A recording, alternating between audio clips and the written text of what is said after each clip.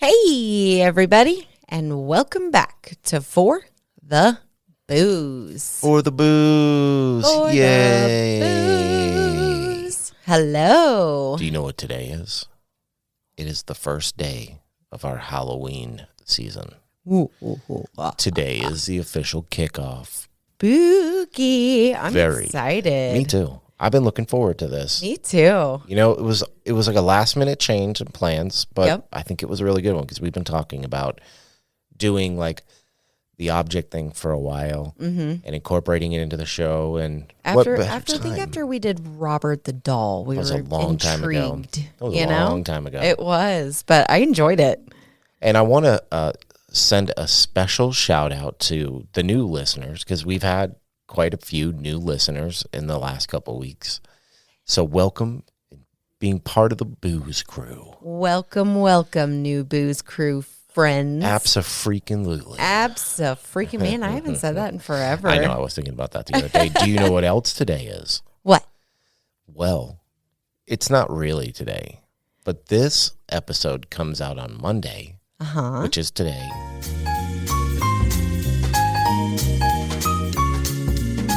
It's my birthday. Yay! It is. It's my birthday. My baby's birthday today. And technically, you're gone. Monday the 2nd. So, everybody, I will not be here. I am not here. I am in another state right now as you're hearing this. So, please, everybody, reach out and wish my handsome hubby over here a very happy birthday on social media. Old handsome man. Yeah. Dapper AF.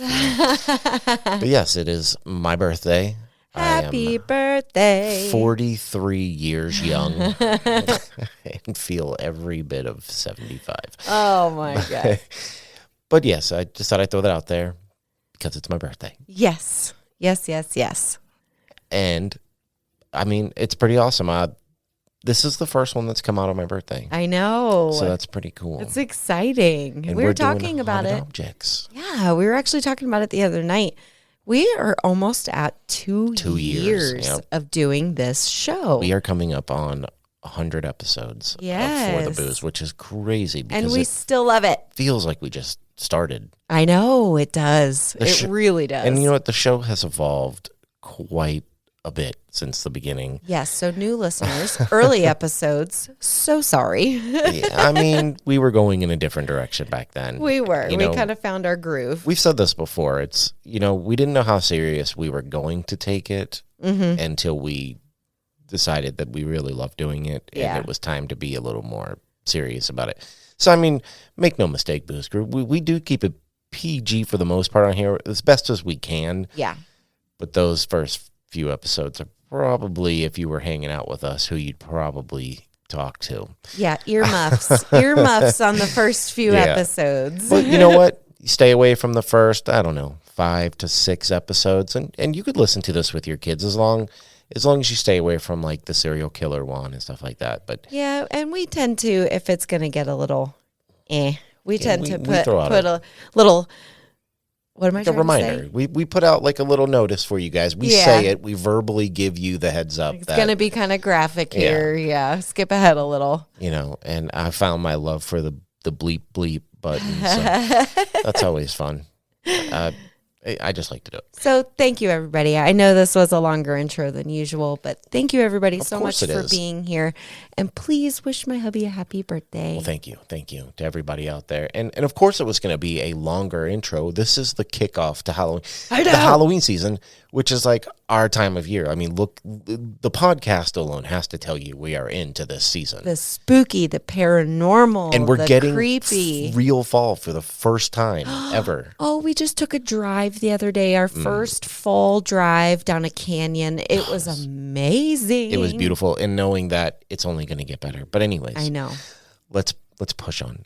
So we threw it out there on the last episode that we were going to take votes, and we did get one. We got a vote. A vote? For the topic of today, Megan's absolute favorite thing that she's ever been interested in, ever. and we are doing Dybbuk Boxes. Yes, Dybbuk Boxes. Dybbuk. I always say I know. with a V. I know. Oh. Okay, redo. Dybbuk Boxes. I'm going to leave that all in there. It's fine. That's right. We're doing Dybbuk Boxes, and I'm going to throw out a warning now. I apologize to any of our Jewish listeners. I am not going to be able to correctly pronounce a lot of these. Oh, sorry, Hebrew friends. Yes, I wanted to be accurate as per usual, and a lot of this stuff actually came from the Jewish library. Like the info? Yeah. Yay. This whole... Oh, that's so cool. There's a lot of this that is just straight from the Jewish virtual library. Wow. And I'm going to do my best, but I am looking at some of these words right now, and I am going to mess them up. Probably all of them, if I'm being honest. Well, I mean, we don't speak Hebrew, so... No, I barely speak English. Yeah, we struggle. Yeah. Power of editing. That's right. Maybe one day I'll just put out an unedited version of the show. Oh, geez. No, please don't do that. But anyways, what do you say we get into this? I say, let's do it. Okay.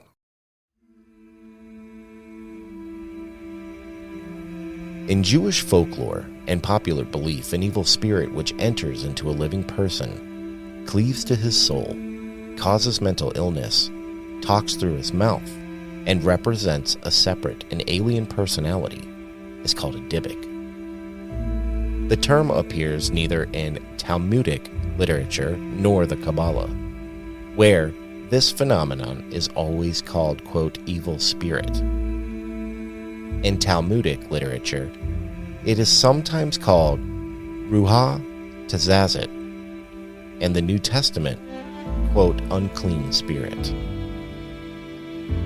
The term was introduced into literature only in the 17th century from the spoken language of German and Polish Jews. It is an abbreviation of Dybbuk, mi ru'ah ruha, quote, a cleavage of an evil spirit, or Dybbuk, min ha-hizonim, Dybbuk from the outside, which is found in man. The act of attachment of the spirit to the body became the name of the spirit itself. However, the verb davok, or cleave, is found throughout Kabbalistic literature where it denotes the relations between the evil spirit and the body, mit dabaket bo, it cleaves itself to him.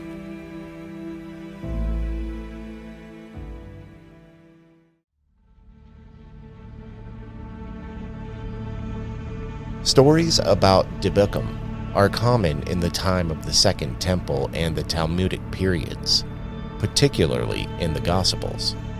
They are not as prominent in medieval literature. At first, the Dybbuk was considered to be a devil or a demon which entered the body of a sick person.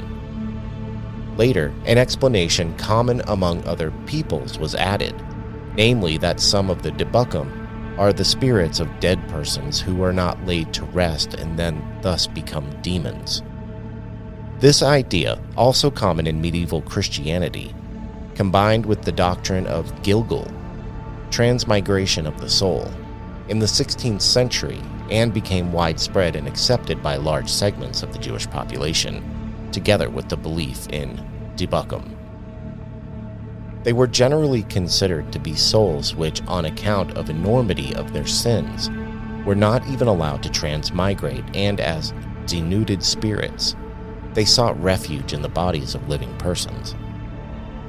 The entry of a Dybbuk into a person was a sign of his having committed a secret sin, which opened a door for the Dybbuk. A combination of beliefs current in the non-Jewish environment and popular Jewish beliefs influenced by the Kabbalah form these concepts. The Kabbalistic literature of Luria's disciples contains many stories and, quote, protocols about the exorcism of Dybbukim. Numerous manuscripts presented detailed instructions on how to exorcise them.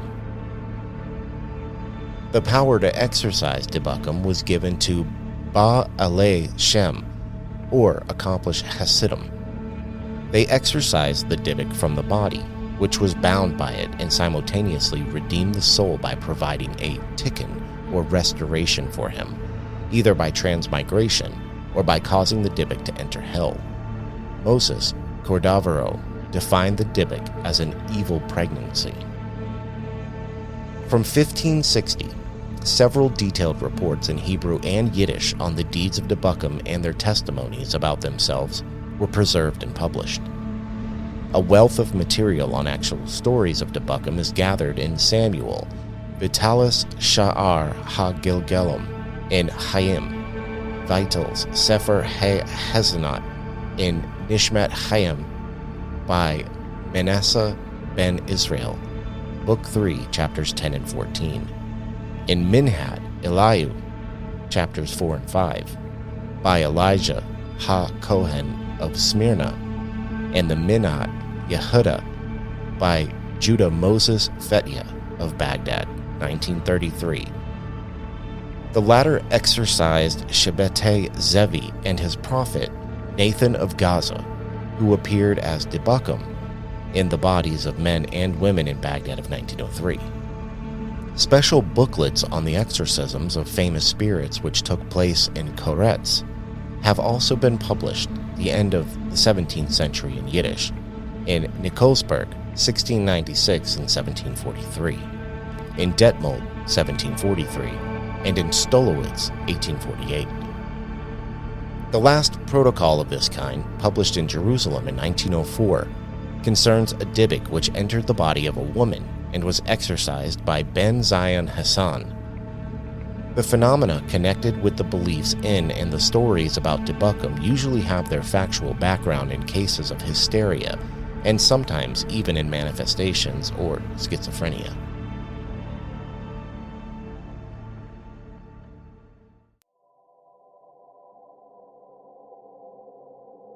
Exorcism, while dominated by the Catholic imagery, has existed within Judaism for centuries. Exorcising a Dybbuk is not an unheard-of phenomena. As previously discussed, the spirit who has not completely teshuva is afraid to transition or move on, but knows that they are inhabiting a body that is not their own. It is this cognizance that allows for an exorcism to take place. There exists a text from the 18th century written by famous Kabbalist Rabbi Shalom Sharabi. The text itself is believed to have come from Egypt or Palestine. This text not only discusses a Dybbuk but outlines how a Dybbuk was exorcised from a woman within the community. The young woman was possessed by the spirit of her departed husband, or husband-to-be. The rabbis met and performed an exorcism to remove the Dybbuk from her. This ritual was documented by her first saying the prayer and then having the prayer repeated back by the groups of rabbis. The significance is not only the ritual, but in the presence of Dybbukim in the East. For many years, it was believed that they were invented when Ashkenazi Jews were forced to flee to Europe. Scholar Yoram Bailu, however, believed that Dybbukim were initially found within mystical Sephardic communities before being integrated into Ashkenazi culture. Some choose to view these exorcisms with the melodramatic, chilling perspective. The Jewish Chronicle describes the steps to an exorcism with the same level of drama as one might tell a ghost story. After assessing the possessed person, quote, to determine if the victim is not merely suffering from psychotic depression, sleep deprivation, and other physical or emotional symptoms, a minyan, or a group of 10 Jewish adults, typically men, would gather after preparing themselves through fasting and immersion in mikveh, or ritual bath.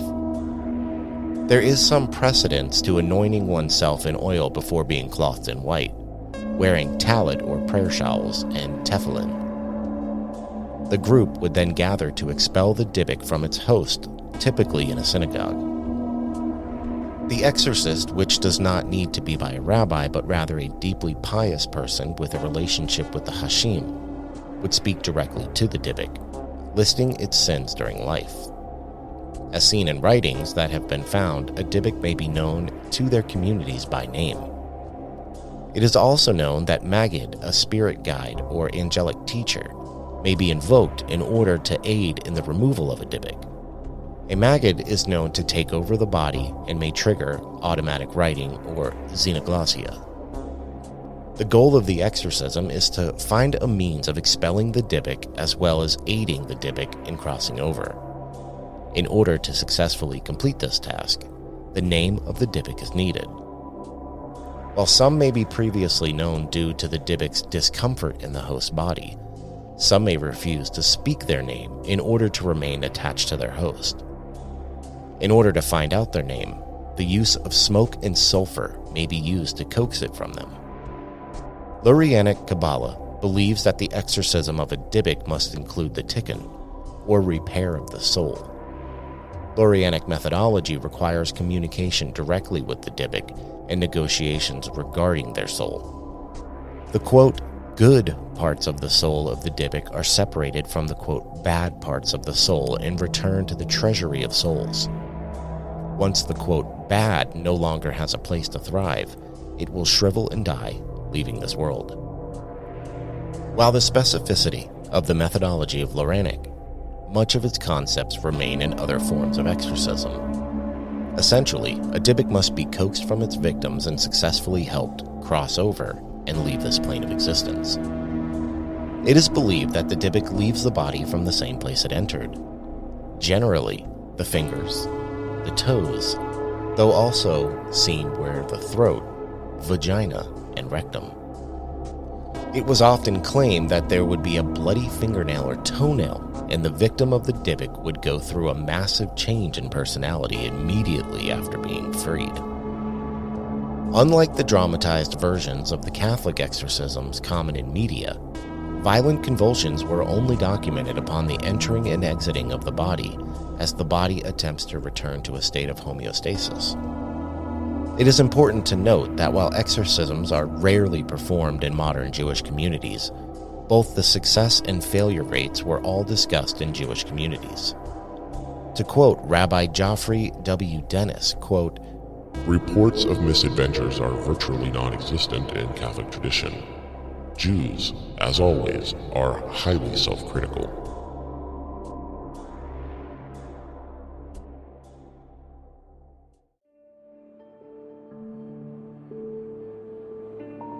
In 2003, a man named Kevin Mannis listed a box on eBay.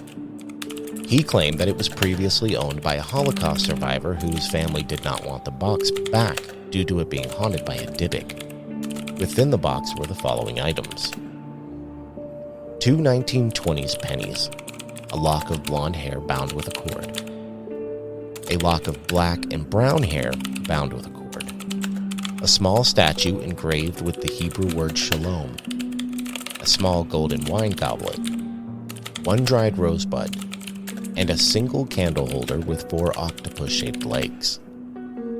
He touted a story of misfortune, and the box gained notoriety and mass attention, as he claimed that people had grave misfortunes once they came in contact with the box.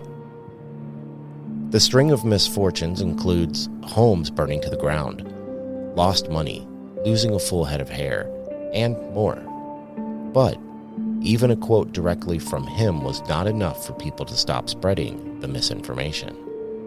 Quote, I am the original creator of the story of the Dybbuk box, which appeared as one of my eBay posts back in 2003. The idea that the Dybbuk boxes have some kind of history prior to my story, and the idea that a Dybbuk box could contain anything other than a Dybbuk, along with any deviation of the type of contents I created to be found inside the box, is laughable at best. How about this? If you or anyone else can find any reference to a Dybbuk box anywhere in history prior to my eBay post, I'll pay you $100,000 and tattoo your name on my forehead. The box went on to be sold to paranormal investigators who continued to exploit it and Jewish folklore.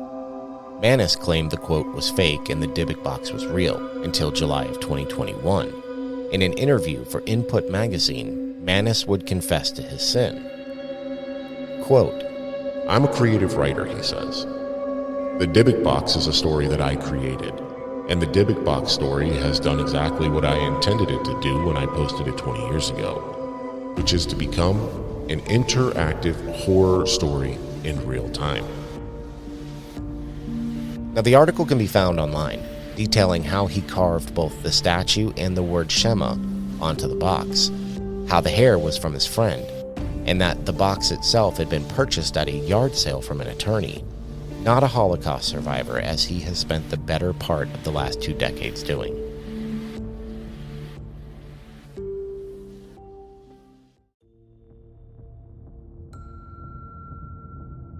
Inspired by the success of this so-called Dybbuk box, they began to pop up online, available for purchase. There are now hundreds of them circulating, so much so that people make YouTube videos unboxing them and, quote, debunking them. These videos are more often than not laden with anti-Semitism and misinformation. Not unsurprisingly, Jewish commentary on the authenticity of these Dybbuk boxes is hidden in articles written by occultists, ghost hunters, and those fascinated by the supernatural.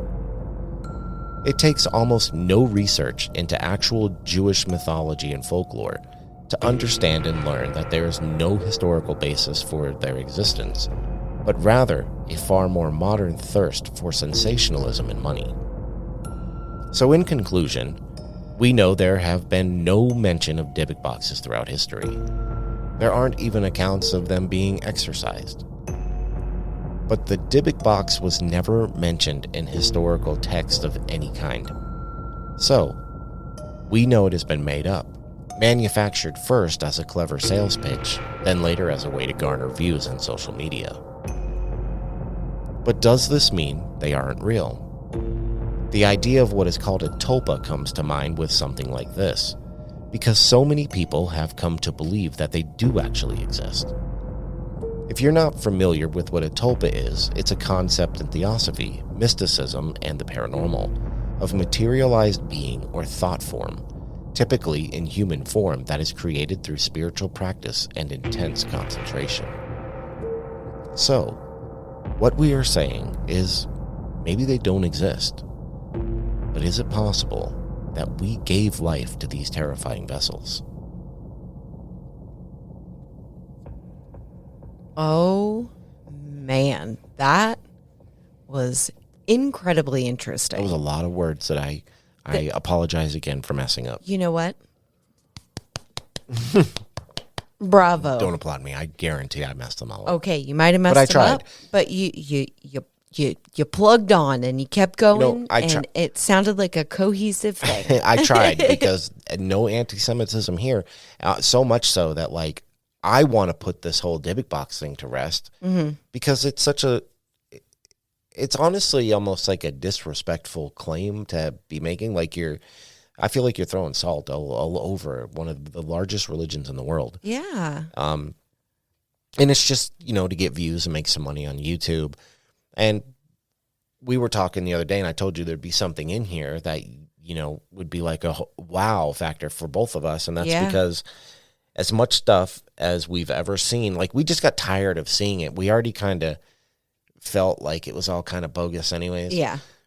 But the thing that all these videos seem to leave out is the fact that this guy straight up told everybody it's fake. The guy who created the story. And I couldn't find any historical documentation of Dybbuk boxes existing before then. So my thinking is, I keep thinking a Dybbuk box does not exist. No, but Dybbuks do. Dybbuks do. Correct. Well, Dybbuks are claimed to. Yeah. In the same capacity that demons do in Christianity or Catholicism. Yep. Wow, it's so interesting. Yeah, it's just it's the Hebrew version of a demon. It's the same thing, and it's not exactly the same, because beliefs vary, but it's the same concept. That's better. It's the same concept. It's a supreme evil being takes over your body and possesses you. Super interesting. Wow, I was not expecting half of that. I'm just saying. I wasn't either when I found it. And I already didn't like Zach Baggins very much. Mm-hmm. And the fact that he pushes this one thing so hard makes me like him even less. Well, we know what a Dybbuk is. Now we know where the Dybbuk box came from. Yeah. But there is actually some more stuff that, could make you think, because I don't know if you knew what a tulpa was before this, but it's basically like you believe something into reality. Well, like we've talked about that a lot. I just didn't realize the correlation between a tulpa and manifesting something into existence, because we've talked about that before. Like anything, it's like believing. It's like if you believe hard, if you wish upon a star. Yeah, believe hard enough and it'll come true. It's that same type of thing. Yeah, but like a more of believing in a manifestation of a spirit or something paranormal. Well, I mean, it doesn't necessarily have to be a spirit or paranormal. It can be anything, but in this scenario, it is. Right. Well, what we talk about, yeah. And I don't know. Wow, that's a lot to take in. It was a lot, and I was very happy that I found a lot of it. I was dreading reading most of it just because it was very hard and kind of dry historical stuff. Yeah. But it answered a lot of questions for me on stuff that I didn't know. I didn't know any kind of history about Dybbuks. I thought a Dybbuk box was something that was said to have existed before the one popped up, because I always was like, well, I thought there was only supposed to be 13, but the reality of it is there weren't any. So I had always thought I had heard and, was like, oh, okay, well, maybe, I think it was either 13 or 7 that I had heard that there was these something like that. Original boxes of these 13 / 7. They had that elaborate Dybbuks. illustration of almost like a tree. Yes. And it built up. Yes. And so It's all fake. It's all made up. They had these Dybbuks, these specific original 13 or 7 or whatever, and they put them in 13 these ghosts. I saw boxes that movie. and then shipped them and buried them around different corners of the world. It's all garbage. The buried thing, crazy. The buried thing was a thing that was part of the story. But I think the original post was made, and then all this other stuff was fabricated along the way to sell it. Right. And it did. It became a huge thing for people. I don't think. I mean, people still bring them in from time to time, but it's not like it was, say, 3 years ago. Yeah. 3 years ago, man, it blew I think 2020, right during the pandemic. And I actually think it was 2021. Because I watched some stuff and I read a lot of articles, and it seems to me that it really hit its peak about 2021. Yeah. And man, did it peak. If you watch, it was everywhere. If you watch YouTube and you watch a lot of paranormal stuff, I know you've seen way more than you ever wanted to. Oh yeah. And I'm sorry if you believed in them. I'm not saying that I have debunked the Dybbuk itself. That all stands, in your individual beliefs as a person. Mm-hmm. Where do you fall into that? That's your belief system. I'm not going to tell you it's real or not.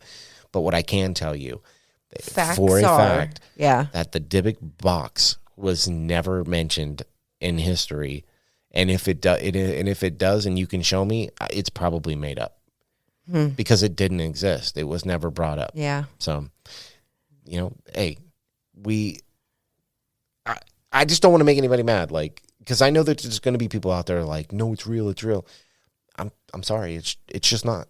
It's just not real. So interesting. But I am still on the side of the tulpa thing. There are millions probably, who believe in this hardcore. Yeah. And maybe they are making things happen. So maybe the Dybbuk box didn't exist until now. But we're going to get into some of these stories right after an ad break.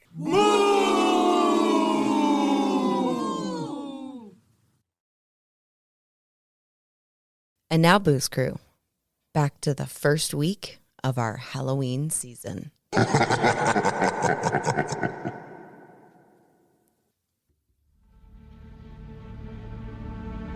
Nowadays, Dybbuk boxes, wine containers haunted by a Dybbuk, a malicious, mythological demon from Jewish folklore said to hold the power to invade and possess a body, are all the rage within the paranormal community. Well, at least on the internet. As the story goes, the first Dybbuk box appeared in 2003 when antique store owner Kevin Manis bought a vintage wine box from a 103-year-old Holocaust survivor via eBay. After a string of unexplained hauntings, including reoccurring nightmares, unexplained bruises, and the incessant stench of ammonia, the box soon found its way back onto eBay, and after a few ownership swaps, landed in the hands of Jason Haxton, the director of the Museum of Osteopathic Medicine in Kirksville, Missouri, who paid $280 for the artifact in 2004 from eBay user Spasmolstic. Haxton was the winning bidder out of 51. A victim of the box's wrath, Haxton sealed and buried the box somewhere in Missouri, but then dug it back up for a television cameo in a show by paranormal television personality Zach Baggins of Ghost Adventures fame. Haxton isn't fazed about the box's resurfacing, since the Dybbuk's unfinished business, he believes, is now finished. He's even written a book about it. Quote, "I feel the prayer is answered," end quote, he told a reporter. In fact, Haxton now thinks the Dybbuk Boxes' energy has reversed. So much so that Haxton even lightheartedly calls it his own personal fountain of youth. At the age of 57, Haxton said his vitals are better now than when he was 40, attributing his enhanced feeling of health to the haunted heirloom. Since that fated original transaction in 2003, Dybbuk Boxes have fast become a hot commodity on eBay and Etsy. The original box also got a ton of press and continues to do so, even inspiring Sam Raimi's 2012 film, The Possession. Prices currently range from $40 to $400 plus, meaning that most people with a bit of spare change can nab a wandering spirit that will demonize your soul indefinitely. And maybe, if you're lucky like Haxton, it'll get your cholesterol in check.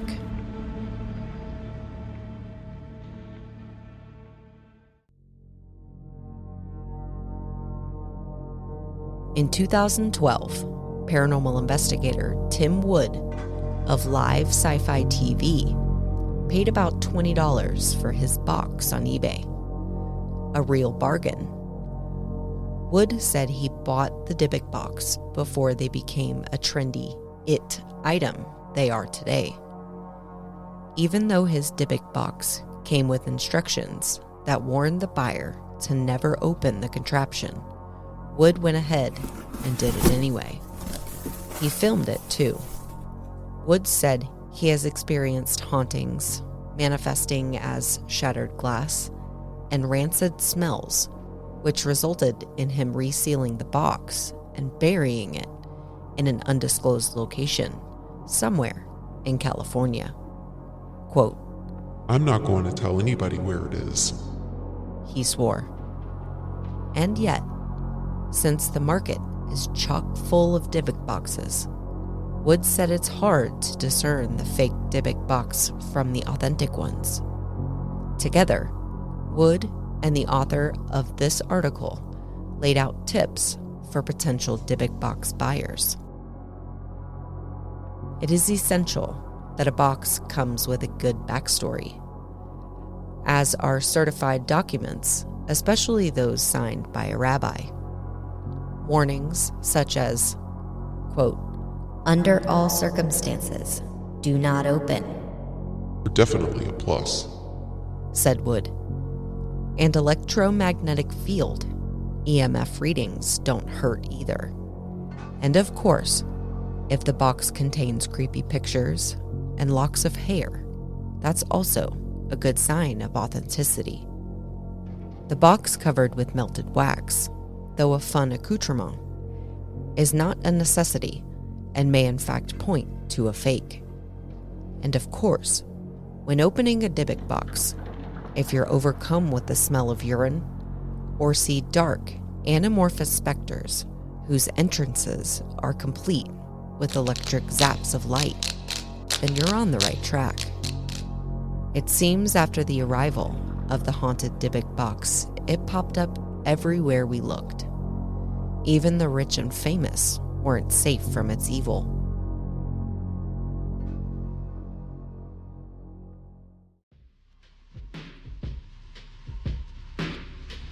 Zak Bagans, of course, had his run-in with the allegedly haunted box, and Post Malone, appearing on his show, unfortunately grabbed Zak's shoulder as he was opening the box and claims to have been cursed. At first, it looked like Post Malone had gotten himself caught up in a classic Final Destination scenario. In August of 2018, right after the VMAs, the rapper and his entourage boarded a private plane to London, only to have the tires blow off immediately after takeoff. The pilot managed to land the plane safely, but the universe appeared to believe it had been deprived of a soul it was owed. A few days later, armed robbers broke into a house where Malone used to live and demanded to see him. Fortunately, he wasn't there. Again, he was fine. And again, the universe seemed to rage. On September 7th, the rapper's Rolls Royce was T-boned by a Kia in West Hollywood. He made it out unscathed. Now, however, it seems this string of misfortune is not the universe working to correct an accounting error, but the result of a good old-fashioned curse obtained from a haunted box. According to TMZ, Malone visited Ghost Adventures host Zak Bagans' Haunted Museum in Las Vegas back in June the same year. Bagans showed him around while Malone casually sipped a beer, and at one point brought him to see the Dybbuk box that inspired the horror film The Possession. Usually, Bagans told TMZ, the box is covered with a protective casing, and you have to be over 18 and sign a waiver just to see it. But Malone is a celebrity, so Bagans let him see it without the protective casing, because, I guess, celebrities are immune to most plebe curses. Video from TMZ shows Malone hanging back and nursing his beer, his hand on the doorknob, while Bagans shows him to the haunted box, his hand resting on top of it. Malone has a very, dude, let's get out of here vibe, and reaches out to touch Bagans, who then jumps away from the box. According to the ghost expert, that one moment of contact, Malone touching Bagans, who was touching the box, was enough to get the rapper cursed, which seems unfair and like something Bagans should have made very clear before they entered the room.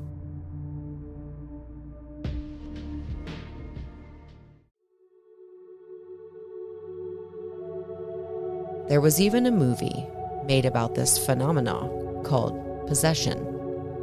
There's an article on a website called jhatesmovies.com that reads as follows. Let's see if we think this is true. And no. May as well start with a rant. Full disclosure, I have enjoyed some of these fake documentaries before, but not because they were trying so hard to make it seem real. Plenty of films can be entertaining and have a documentary feel without having to shove so much crap at us about it being real. This is fake. This is a fake movie that is capitalizing on a fake trend. the heavy-handed, this is real garbage needs to be exorcised from horror films moving forward. A better movie would have been The Story, but no. We've got to make it seem more important, with pretentious, dramatic music played over the intro. This is serious, guys. Real serious. It's not just another low-budget horror film. No. Also, enough with the supposed experts saying this crap is real. It isn't. No one believes this, and it hurts the film. Actual, verifiable proof of the paranormal? Really? Really? Good thing I just happened to stumble upon this crap and have my life changed. The film thinks we are stupid. Chris thinks we are stupid. We are not stupid, Chris. Well, not always. A great way to start a film is to have your intelligence insulted. Smart move, Chris. So, we have another found footage film. Found footage, my ancient frenemy. We follow Chris, who is curious to do his own investigation on these Dybbuk boxes, and will do one on his channel. What found footage needs is an engaging host. Chris isn't a bad host, and he seems comfortable in this sort of setting, which is good. His dialogue feels a little stilted. More ad-libbing would have helped instead of following a script. The camera angles are often weird, causing him to have to turn his head to talk to us, which is something I think looks odd, but is true to form. Chris ain't a wimp, so he's buying his off the dark web, which gets his identity stolen and causes all sorts of trouble. Kidding. I suppose he thinks buying the box from child predators will be better than buying from a flea market collector off of eBay. The best part of the film is that Chris reacts calmly. I'm sure this would be a negative for some, but whenever I watch YouTubers, most of them can't stop shouting or screaming, and I turn it off. If more were presented like this, I might actually watch them more. The worst part of the film is the failure to pay attention to all the details. They focused on the Dybbuk box, which does look cool, and making Chris an engaging host. What they overlooked was the apartment. It doesn't look lived in. Everything has sort of a model home feel to it. It is too staged to be a real home. We keep our house organized, but right now we have a book, a notepad, 2 controllers, and a water bottle on the coffee table. His is completely clear. Same goes for his bathroom and shower. While the details might seem like a small nitpick, they are oddly noticeable.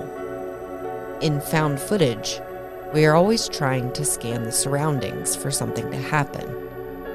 But here it is simply too pristine. The curtains are perfectly opened with equal space. Who does that? If it is freezing, why the t-shirt? The scares are subtle and slowly escalate. Everything goes to the found footage formula. If this is someone's first outing into found footage, it might be more effective. For folks familiar with the genre, it smacks of a little too familiar a story. This is the problem with this genre. There is only so much you can really do with it. So whatever creativity this one has is washed away with the audience knowing too much. I don't think this film is a total bust. It is a standard found footage flick that emphasizes dread over gore. Fans of spooky ghost stuff will probably like it fine, but mileage will vary. The team behind this film seems to have a niche of playing the line between documentary and horror, but it didn't work well for me as others have.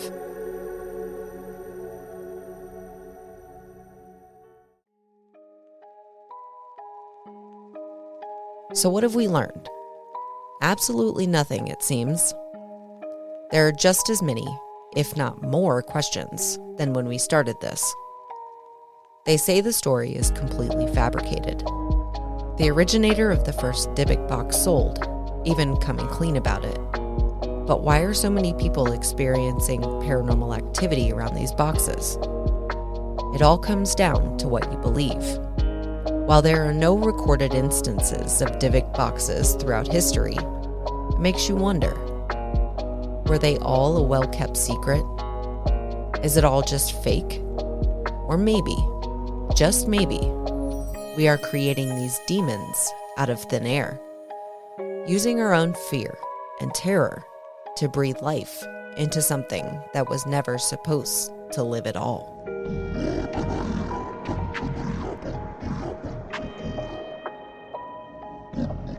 Do you remember seeing that movie? I don't. We watched it. Did we? When it came out. I don't. He was in his apartment. He got the Dybbuk box. He opened it, and then this forever into the movie, little things happened, and then it ended with him in his kitchen breaking a glass in the sink or something like that.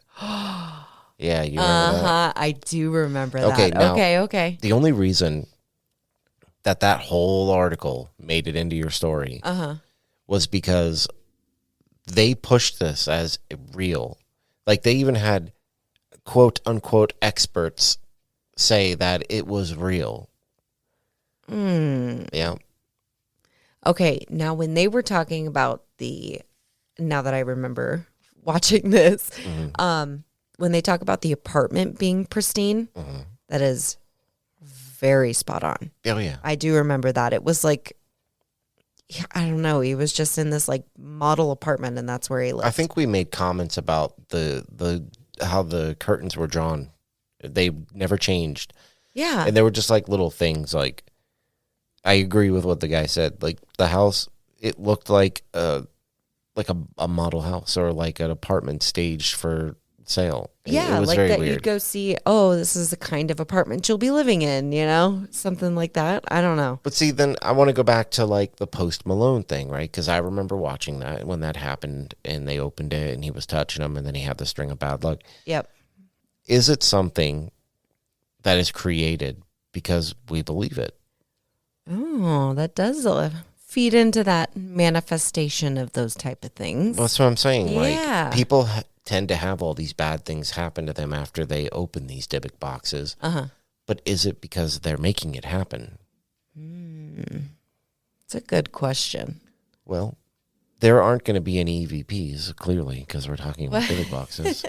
Oh, come on. But you I can find something. Do have to ask you a question. Is it real? So with everything we've learned and theories that we have thrown around here, do you think Dybbuk boxes are real? I have been dreading this answer since... The question? Answering this question. Okay. My answer to this question.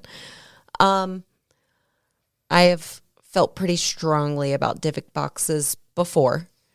But how about Dybbuk boxes? How do you feel about those? I'm going to say no. I do not believe they're real. Okay. I believe they are just a manufactured idea to garner views. That they took a story. Or to sell your little crafty items online. Yeah. They took this idea of a Dybbuk. Now, if you get into the actual Dybbuks, the spirits or the demons, if you what have you, yeah, I believe there may be some validity to those. But the boxes themselves, unless there is a transcript somewhere that says... There isn't. You know what I mean? There isn't one. I know, and I don't know. No. Not today, boys. So, what about you? Nope. I mean, you had to know that. Yeah, but you had to know that was coming. I did. I've never believed in these things. Yeah. I think it's so stupid. I think they are. It is literally... it was strictly made up for money. You know, somebody's made a sale on eBay, and then somebody out there had the grand idea to be like, oh, well, somebody bought this. Let's keep this ball rolling. Right. And now there's honestly, we said hundreds in the story, but it's probably thousands upon thousands of them now. There are so many videos. It is so fake. I'm sorry if it upsets anybody because you're into it. It is fake. If you got 10 of them, send them. I'll open them. I'll crack them open. I don't care. Oh, yeah. Like, they look cool. They do look cool, but they look super cool. You know, like, how many more videos of buying a Dybbuk box on the dark web do we have to watch before we decide that it is not real? Mm-hmm. All right, I'll put it like this. If there were so many of these Dybbuk boxes out there, then how's the world not burning around us? How is anybody alive at this point? You're opening them and putting all of these things into the world. And so are we to believe that we can contain a demon inside of a wine box like we're the freaking Ghostbusters? Good point. I mean, we are not the Ghostbusters. None of it makes any sense to me. It's not even that clever. It's clever in the way that people figured out a way to like monetize it to death. Mm-hmm. But this doesn't make any sense. It's in my opinion, this is the worst thing we've talked about. Agreed. You know, I didn't want to do this one, but I did and I didn't because I thought, well, maybe I'll find something out there that will change my mind. And honestly, the more I read, the less I believed in any of it. It is so talked about so much about this dude saying like, I made the whole thing up. Mm-hmm. And then they tried to bury it because people were making money off of it. Nope. You can't do that. You can, apparently. Oh, I mean, it's out there. I mean, Zach Baggins has it in his museum, probably making a ton of money off of it. Of course he is. You know, so, no, that's my answer. Yeah. It gets a big old seal of nothing. Just absolute nothing. Seal of disapproval. Seal of disappointment. So... yeah, that's it. That's our first one out of the gate for Halloween, everybody. Whoa, we're gonna come back next week though. Ooh. With something. Don't you worry. Come back next week and we will have something nice and spooky to talk about. I'm excited. A little redo Halloween, maybe. Well, you'll have to come back next week and find out. And actually, you might be here for the next recording for a couple of days. So. Yep.